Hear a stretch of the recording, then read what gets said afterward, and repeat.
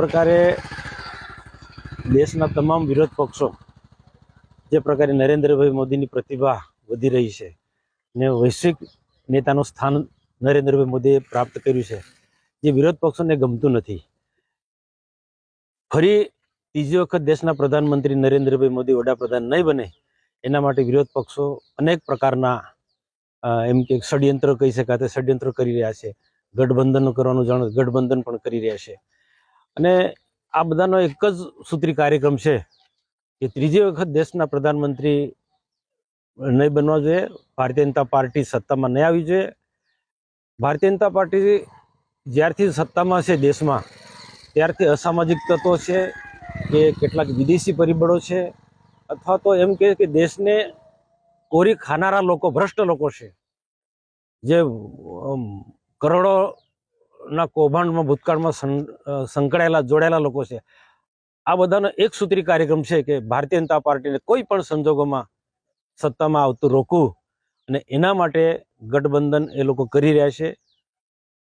આપ સાથે ભરૂચ લોકસભાનું જે ગઠબંધન થયું છે એની એમને જરા પણ ચિંતા કરતા નથી। મને પહેલેથી જ ખબર હતી કે આપ અને કોંગ્રેસનું ગઠબંધન થવાનું જ છે। ભલે બધું એકબીજા માટે આરોપ મૂકતા હશે, ચૈતરે હમણાં રાહુલ ગાંધી પર આરોપ મૂક્યા, મમતાઝ પટેલ પર આક્ષેપ મૂક્યા, પણ એક મને ખબર હતું કે જે સમય આવશે ત્યારે બધા એક થવાના છે। ભાજપથી અમને તમામને ડર છે, પરંતુ અમને એક ગઠબંધન કરે એનાથી જરા પણ ડર નથી। ભારતીય જનતા પાર્ટીનું સંગઠન એટલું મજબૂત છે, અમારે સી.આર. પાટીલ સાહેબે એટલું ગુજરાતમાં સંગઠન મજબૂત બનાવ્યું છે ને, પેજ પ્રમુખ શક્તિ કેન્દ્રથી માંડીને તાલુકા જિલ્લા લેવલ સુધી ખૂબ મજબૂત સંગઠન છે ને એની સાથે સાથે રાજ્ય સરકાર અને દેશના પ્રધાનમંત્રી જે કલ્યાણકારી યોજનાઓ છે, જે વિકાસલક્ષી યોજનાઓ છે, એ યોજનાઓ સંગઠન થકી અમે જન જન સુધી પહોંચાડી છે। એટલે અમારી એટલી બધી તાકાત છે, સરપંચથી માંડી તાલુકા પંચાયત, જિલ્લા પંચાયત, નગરપાલિકા, વિધાનસભા, ધારાસભ્ય, ભરૂચ લોકસભામાંથી 7 ધારાસભ્યમાંથી 6 ધારાસભ્ય ભારતીય જનતા પાર્ટી પાસે છે। એટલે ગમે એટલા ગઠબંધન કરે અમને કોઈ ફરક પડતી નથી। સાહેબ, બીજી બાજુ વાત કરીએ તો મુમતાઝ પટેલે ટ્વીટ કરીને એવું કીધું છે કે અમારી લડાઈ તો ચાલુ જ રહેશે, તો એ બાબતે આપ શું કહેશો? એ એમનો વિષય છે, એ એમનો વિષય છે કે ઉપલા લેવલથી ગઠબંધન થયું છે। મુમતાઝ બેનની ઈચ્છા હતી લોકસભા લડવાની અને એ વધુ લાયક પણ હતા ચૈતર કરતા, પરંતુ પાર્ટીનો વિષય છે, એમાં અમારે કઈ નિસ્બત નથી। ગઠબંધન થયું છે એ થયું છે, દેખીતી વાત છે। કેટલાક લોકો નારાજ થશે પણ એમનો વિષય છે।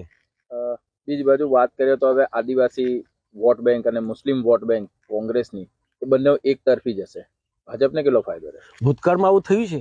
ભૂતકાળમાં પણ ભાજપની સામે આ લોકો બધા ભેગા થયા છે, ભાજપને પરાસ્ત કરવા માટે, ભાજપના ઉમેદવારને કોઈ પણ સંજોગોમાં હરાવવા માટે આ બધા જ ભેગા થયા છે। મુસ્લિમ વોટ બેંક હોય કે આદિવાસી વોટ બેંક હોય કે સામાન્ય વોટ બેંક કે કોઈ પણ પ્રકારની જ્ઞાતિ જાતિ ના જે સમીકરણો જે પણ હશે એની જરા અમે ચિંતા કરતા નથી। ભારતીય જનતા પાર્ટી રાષ્ટ્રીય વિચારધારામાં માને છે, કરેલા કામોના આધારે મત મેળવે છે અને એને વર્ષોથી અમે આ ભરૂચ લોકસભા જીતતા આવ્યા છે, કરેલા કામોના આધારે અને સંગઠનના તાકાત પરથી। અને પહેલાના સ્થિતિ કરતાં હમણાં ખૂબ મજબૂત સ્થિતિ છે અમારી ભરૂચ લોકસભામાં, એટલે એમાં એની જરા પણ અમે એ ચિંતા કરતા નથી। ભાજપ હવે આ ગઠબંધનથી ગભરાશે નહીં એમ? બિલકુલ જરા જ નહીં। ક્યાંય ભૂતકાળમાં પણ નથી ગભરાયા, ભૂતકાળમાં પણ આવા ગઠબંધન થયા હતા, વર્તમાનમાં પણ થયું છે અને હજુ આના કરતાં પણ બાકી રહેલા લોકો પણ એમની સાથે જોડાશે ને તેની પણ અમને ચિંતા।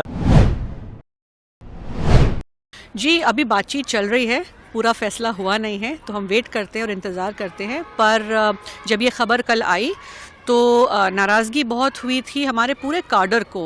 लोग कहते हैं अहमद पटेल का परिवार, तो अहमद पटेल का परिवार ना कि सिर्फ मैं और फैज़ल हैं, पर अहमद पटेल का परिवार पूरा कांग्रेस का संगठन है, ख़ास करके भरूच में।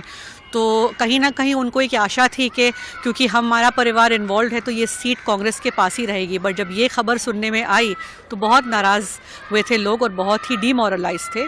पर बातचीत अभी चल रही है और अभी कोई पूरा फैसला निर्णय नहीं हुआ है, तो हम पूरी उम्मीद रखते हैं और हमारे को पूरी अपेक्षा है हाईकमांड से, कांग्रेस पार्टी से। आज हमने सुना है कि हमारे जो लीडर हैं राहुल गांधी जी, उन्होंने भी आपत्ति जताई है ये सीट को कांग्रेस पार्टी से हटा के आम आदमी पार्टी को दे देने पर।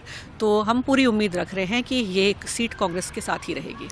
देखिए, ये सारे जो फैसले होते हैं इसमें बहुत बारीकियां देखनी पड़ती है, तो हर चीज़ पे तो हम कमेंट नहीं कर सकते। लार्जर इंटरेस्ट ज़रूर देख रहे हैं हम इंडिया अलायंस का। हम लोगों ने अपनी तरफ से, अपने डिस्ट्रिक्ट की तरफ से जो आपत्ति जताई है, ऑब्जेक्शन दिया है, वो हमने बता दिया है। हमें लगता है कि ट्रेडिशनली ये कांग्रेस की ही सीट है और कांग्रेस के हक में आनी चाहिए, पर अब ऊपर लेवल पे क्या ये लोग तय करते हैं वो तो हाईकमांड ही जानता होगा, तो हम इंतज़ार कर रहे हैं। देखिए, कांग्रेस का वहाँ पे काडर है, कांग्रेस का वहाँ पे बेस है। अहमद पटेल की सीट इसलिए कहते ना ही क्योंकि लोकसभा को माइंड में रख के, पर 3 टर्म लोकसभा, 6 टर्म राज्यसभा में रह के उन्होंने भरूच को सांसद में रिप्रेजेंट किया है 45 वर्ष।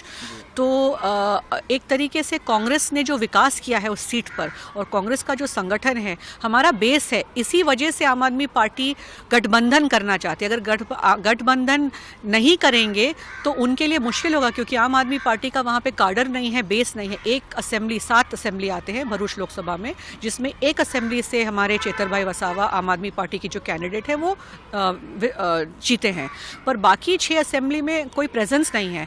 तो गठबंधन इसीलिए करना चाहते हैं खास करके इस सीट पर, क्योंकि उनको कांग्रेस के काडर और कांग्रेस के वोटर और कांग्रेस के सपोर्ट की ज़रूरत है। पर अगर हमारा ही बेस इतना स्ट्रांग है तो ये सीट हमारे हक में आनी चाहिए। દેશમાં લોકહિત માટે અને લોકતંત્ર બચાવવા માટે વિપક્ષી દળોનું ગઠબંધન થયું છે અને આ ગઠબંધન અંતર્ગત ગઈકાલે સીટ શેરિંગમાં પણ આમ આદમી પાર્ટી અને કોંગ્રેસની સમજૂતી થઈ ગઈ છે। ત્યારે સૂત્રોના હવાલેથી જાણવા મળે છે કે કોંગ્રેસ સાથે ગઠબંધન ન કરવાને લઈને માન્ય કેજરીવાલજી પર યેનકેન પ્રકારે ભાજપ દ્વારા પ્રેશર નાખવામાં આવે છે। ઈડી દ્વારા, સીબીઆઈ દ્વારા ટૂંક સમયમાં એમની ધરપકડ થાય એવી ત્યાં પરિસ્થિતિ ઉપસ્થિત થઈ છે। એમના પર પ્રેશર નાખવામાં આવે છે કે તમે જો ગઠબંધન કર્યું તો અમે તમને ધરપકડ કરીશું, તમને જેલમાં નાખીશું। ત્યારે અમે આ ભાજપ સરકારને કહેવા માંગીએ છીએ કે ગઠબંધન અમારું થવાનું છે, થઈને જ રહેશે અને આવનાર દિવસોમાં ગઠબંધનને લઈને અમે ગઠબંધનમાં રહીને અમે લડવાના છે। ત્યારે ભાજપને અમારો ડર છે તો અરવિંદ કેજરીવાલજીને સૂત્રોના હવાલેથી જાણવા મળ્યું છે કે દબાવવામાં આવી રહ્યા છે। ત્યારે અમે એમને કહેવા માંગીએ છીએ, જો અરવિંદ કેજરીવાલજીને તમે ધરપકડ જ કરવા માંગો છો, દબાવવા જ માંગો છો, તો કાલે નહીં પણ આજે ધરપકડ કરો, પરંતુ એનું પરિણામ આવનાર લોકસભામાં ભાજપને વેઠવું પડશે, એ હું ચોક્કસ આજના દિવસે કહેવા માંગુ છું।